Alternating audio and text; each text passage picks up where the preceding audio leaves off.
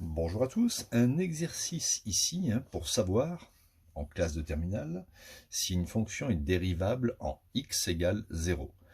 Nous avons ici la fonction f, qui est définie par f de x, est égale à exponentielle de moins valeur absolue de x.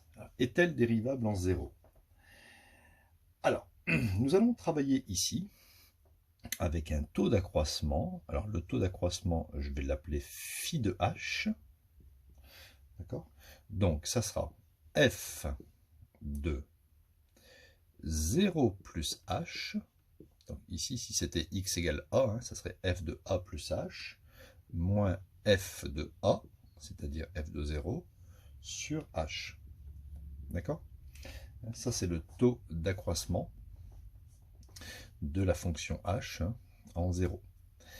Est égal. Alors, f de 0 plus h, ça veut dire f de h. Donc, ça fait exponentielle de moins h, moins f de 0 exponentielle de moins valeur absolue de 0, le tout sur h.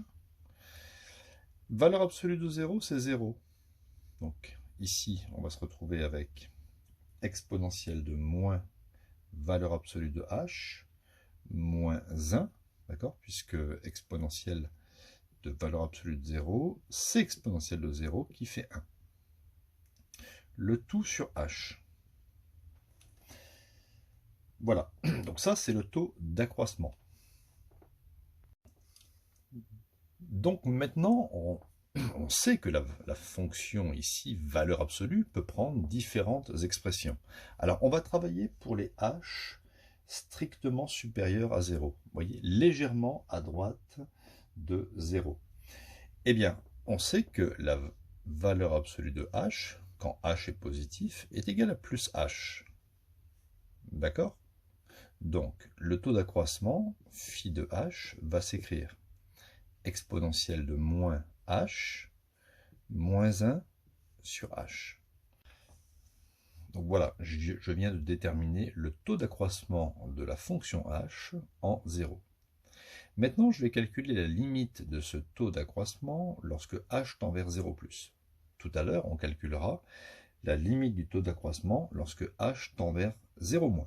Et pour que la fonction soit dérivable en 0, il faudra que la limite au voisinage de 0+, soit égale à la limite au voisinage de 0-. Et ça devra faire un réel. On y va, on calcule la limite de cette fonction au voisinage de 0+. Et on s'aperçoit qu'on va avoir un problème. Parce que si je remplace h par 0, ça fait exponentielle de moins 0, moins 1 sur 0. Exponentielle de moins 0, c'est exponentielle de 0, ça fait 1. 1 moins 1, ça fait 0. Et 0 sur 0, c'est une forme indéterminée. Donc, je vais devoir transformer l'écriture de cette fonction pour lever l'indétermination. Alors, c'est une petite astuce qui n'est pas évidente à voir. Je factorise ici par moins exponentielle moins h pour faire apparaître exponentielle h moins 1. Regardez, si je développe ici exponentielle moins h fois exponentielle h, moins h plus h, ça fait 0. On retrouve bien moins 1. Et si je fais ici moins fois moins, ça fait bien exponentielle moins h. Vous voyez, c'est correct. Quand je développe ça, j'obtiens ça. Pourquoi j'ai fait apparaître ça? Parce que je sais que dans mon cours, et ça il faut le connaître, la limite de cette expression, limite de exponentielle h moins 1 sur h, quand h tend vers 0, ça fait 1. Ça il faut le connaître. Donc, si cette expression tend vers 1, la limite de cette fonction sera finalement égale à la limite de moins exponentielle moins h quand h tend vers 0+. Je remplace h par 0, ça fait moins exponentielle de moins 0, ce qui fait moins, et ça fait 1. Voilà. J'ai donc trouvé ici, je vais le recopier, la limite de mon taux d'accroissement au voisinage de 0+, ça fait moins 1. Maintenant, calculons ce qu'il se passe pour h légèrement inférieur à 0, h négatif.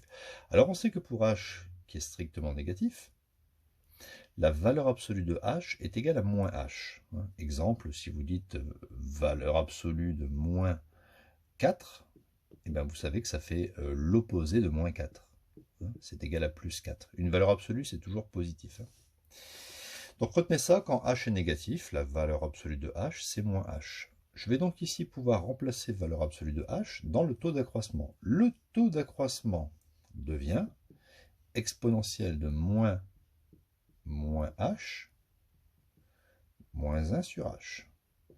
C'est-à-dire exponentielle de plus h moins 1 sur h. Voilà. Donc maintenant, je dois calculer la limite de mon taux d'accroissement lorsque x tend vers 0 moins, légèrement inférieur à 0. C'est égal à la limite de exponentielle h moins 1 sur h. J'ai mis x ici, c'est h, quand h tend vers 0 moins. Et ça, c'est du cours, il faut le connaître par cœur. Ça fait 1. Donc, pour faire un petit résumé, la limite du taux d'accroissement quand h tend vers 0 plus, on avait trouvé tout à l'heure, c'était moins 1. Elle est différente de la limite de mon taux d'accroissement quand h tend vers 0 moins. On a trouvé 1. Donc à partir du moment où on a une différence entre les limites ici à droite de 0 et à gauche de 0, on pourra dire que la fonction petit f n'est pas dérivable